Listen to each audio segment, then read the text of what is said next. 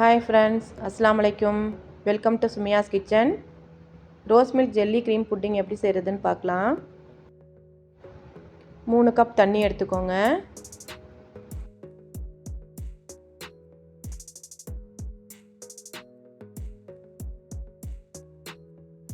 தண்ணி நல்லா கொதிச்சோன்னே 1/4 கப் கடல் பாசி ஆட் பண்ணிக்கணும்.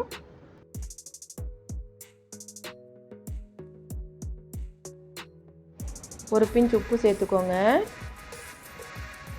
நல்லா கடல் பாசி கரைஞ்ச உடனே 3/4 கப் சுகர் ஆட் பண்ணிக்கோங்க.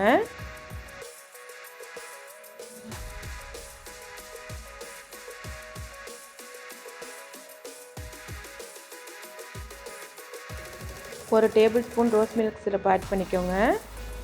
ஃப்ளேம் ஆஃப் பண்ணிடுங்க.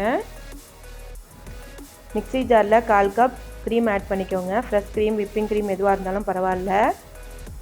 கடல் பாசி செஞ்சு வச்சுருந்தோம்ல, அதை நல்லா ஆற வச்சு அதையும் ஒன்றா சேர்த்து பிளெண்ட் பண்ணிக்கணும். பிளெண்ட் பண்ணதை ஒரு ட்ரேயில் ஊற்றி ஃப்ரிட்ஜில் 1 மணி நேரம் வச்சு செட் பண்ணிக்கோங்க.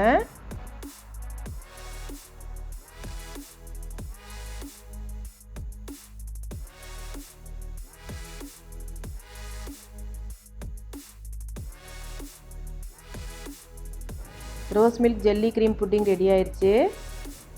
நீங்களும் வீட்டில் செஞ்சு பார்த்துட்டு எப்படி இருந்ததுன்னு கமெண்ட் பண்ணுங்கள். இந்த வீடியோ பிடிச்சிருந்தா லைக் பண்ணுங்கள், கமெண்ட் பண்ணுங்கள், ஃப்ரெண்ட்ஸ் அண்ட் ஃபேமிலிக்கு ஷேர் பண்ணுங்கள். தேங்க்ஸ் ஃபார் வாட்சிங்.